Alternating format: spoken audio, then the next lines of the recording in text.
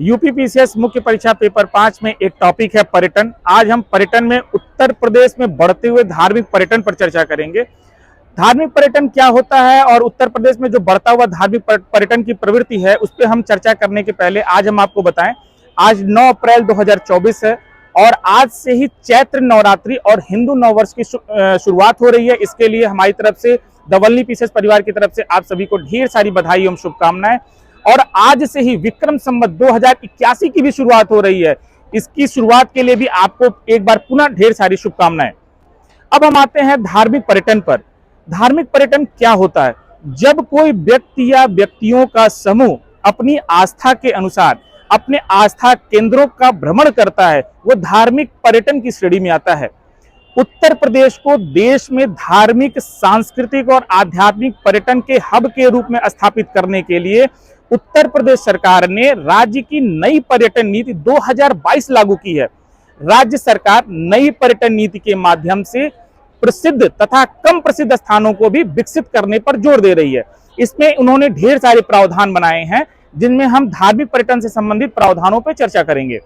पहला प्रावधान है अयोध्या, चित्रकूट, बिठूर जैसे अन्य स्थान रामायण परिपथ में शामिल किए जाएंगे, जबकि मथुरा, वृंदावन, गोकुल, गोवर्धन, बरसाना, नंदगांव और बलदेव को लेकर कृष्ण परिपथ बनाया जाएगा। गोरखपुर, बलरामपुर, मथुरा, संत रविदास नगर, मां परमेश्वरी देवी, आजमगढ़, बलिया के भृगु आश्रम, आगरा के बटेश्वर, हनुमान धाम, शाहजहांपुर को आध्यात्मिक पर्यटन में शामिल किया गया है, जबकि सूफी कबीर सर्किट को भी विकसित करने का प्लान किया जा रहा है। इसमें अमेठी, मगहर, संत कबीर नगर से कबीरदास की कर्म भूमि लहरतारा, वाराणसी तक का प्रस्ताव है। नई नीति में महाभारत परिपथ भी बनाए जाने का प्रावधान है, जिसमें हस्तिनापुर, कांपिल्य, एक छत्र, बरनावा, मथुरा, कौशाम्बी, गोंडा और लक्षागिरी जैसे स्थानों का चयन किया गया है। इसके तहत शक्तिपीठ परिपथ भी बनाए जाने का प्रावधान है, जिसका विस्तार विंध्यवासिनी देवी, अष्टभुजा से देवी पाटन तक, नैमिषारण्य, मां ललिता देवी, मां ज्वाला देवी, शाकंभरी देवी, सहारनपुर से शिवनी देवी, चित्रकूट और मऊ जिले के शीतला माता मंदिर तक का इसका विस्तार किया जाएगा।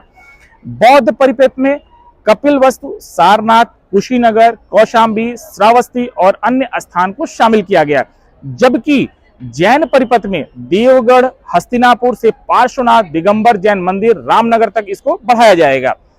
इसके अलावा हम जब आप चर्चा करते हैं, अब हमने पर्यटन नीति की बात की, इसके अलावा यूपी में आध्यात्मिक पर्यटन नीति और उससे संबंधित जो प्रदेश सरकार की पर्यटन नीति 2022 बनाई गई थी, इसके बाद 22 मार्च 2024 को इस पर्यटन नीति से संबंधित एक राज्य पर्यटन विभाग द्वारा आंकड़ा जारी किया गया है। इन आंकड़ों के अनुसार 2023 में लगभग 48 करोड़ लोगों ने उत्तर प्रदेश के पर्यटन स्थलों का दौरा किया और इसमें जानकर आपको आश्चर्य होगा कि इस जो आंकड़े 48 करोड़ के रहे हैं, इसमें 16 लाख से ज्यादा विदेशी पर्यटक भी शामिल रहे हैं। और अगर हम कहीं इस 2023 के आंकड़े का 2022 के आंकड़ों से तुलना करें तो 2022 में पर्यटकों की संख्या 32 करोड़ के करीब थी। अब हम बात करते हैं अयोध्या में रामलला मंदिर की। अयोध्या में जब 22 जनवरी को रामलला के प्राण प्रतिष्ठा की गई, उसके बाद से और आज तक रामलला के दर्शन करने वालों की संख्या लगभग 1.5 करोड़ के आसपास पहुंच चुकी है। और दूसरा आंकड़ा यह भी आया है कि लगभग प्रतिदिन 2 लाख लोग अयोध्या पहुंच रहे हैं रामलला के दर्शन करने के लिए। इससे अनुमान ये लगाया जा सकता है कि रामलला के दर्शन करने वालों की संख्या साल भर में लगभग 8 करोड़ लोगों के आसपास पहुंचेगी। इसके बाद हम आते हैं काशी विश्वनाथ पे। इस एक अनुमान के अनुसार साल भर में लगभग 8 करोड़ लोग दर्शन करने अयोध्या पहुंच रहे हैं, जबकि काशी में कॉरिडोर बनने के बाद हर साल 7 करोड़ लोग काशी पहुंच रहे हैं, जबकि 5 साल पहले इसकी संख्या साल में मात्र 1 करोड़ थी। ये जो बदलाव 1 करोड़ से 7 करोड़ तक पहुंचा है, इसके का पीछे का जो सबसे प्रमुख कारण है वो है काशी कॉरिडोर, जो कि 60,000 करोड़ से विकसित किया गया है। और अगले 5 सालों में काशी आने वाले पर्यटकों की संख्या 12 से 13 करोड़ हो सकती है। इसके अलावा काशी और अयोध्या के बाद मथुरा में भी एक भव्य कॉरिडोर बनाए जाने की बात चल रही है, या प्रस्ताव भी पास हो चुका है, कुछ फंड भी रिलीज हो चुका है और कॉरिडोर पे काम भी शुरू हो चुका है, जिससे इस कॉरिडोर के बनने के बाद एक बार में 5,000 लोग जो है भगवान श्री कृष्ण के दर्शन कर सकते हैं।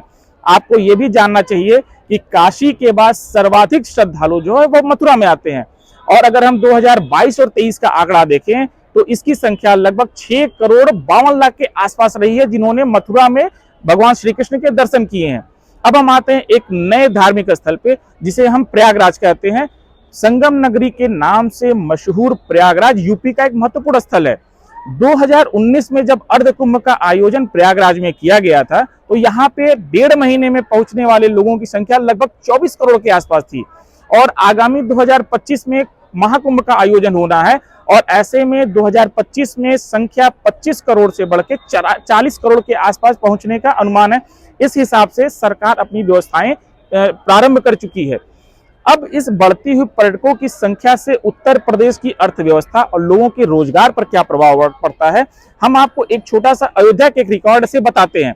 अयोध्या में मात्र 2 महीने के अंदर रामलला के प्राण प्रतिष्ठा के बाद से लगभग जो एक अनुमान निकाला गया है, इस अनुमान के अनुसार लगभग 2 लाख लोगों को रोजगार मिला है, और यह रोजगार रेहड़ी पटरी, माला फूल, ट्रेवल, मिठाई और होटल के फील्ड में मिला है। इसका सबसे ताजा उदाहरण आज हम एक धार्मिक स्थल पे खड़े हैं, यहाँ पे आपको लाइव दिखाते हैं इस मंदिर में, इस धार्मिक स्थल पे कितने लोगों को रोजगार मिला है। मैं चाहूंगा कि एक बार कैमरा घुमा करके आप दिखाएं कि यहाँ पे देखिए फूल वाले, माला वाले, प्रसाद वाले, रेहड़ी पटरी वाले, फल वाले, सारे लोग यहाँ पे रोजगार प्राप्त कर रहे हैं। इसका मतलब है कि धार्मिक स्थलों पे भी रोजगारों की बढ़ती संख्या, मतलब कि अगर हम एक तरीके से 48 करोड़ लोगों के आने का जो एक हमारे पास डाटा आया है, अगर इसको देखें तो इसके साथ ही साथ लाखों लोगों को रोजगार भी प्राप्त हुआ है।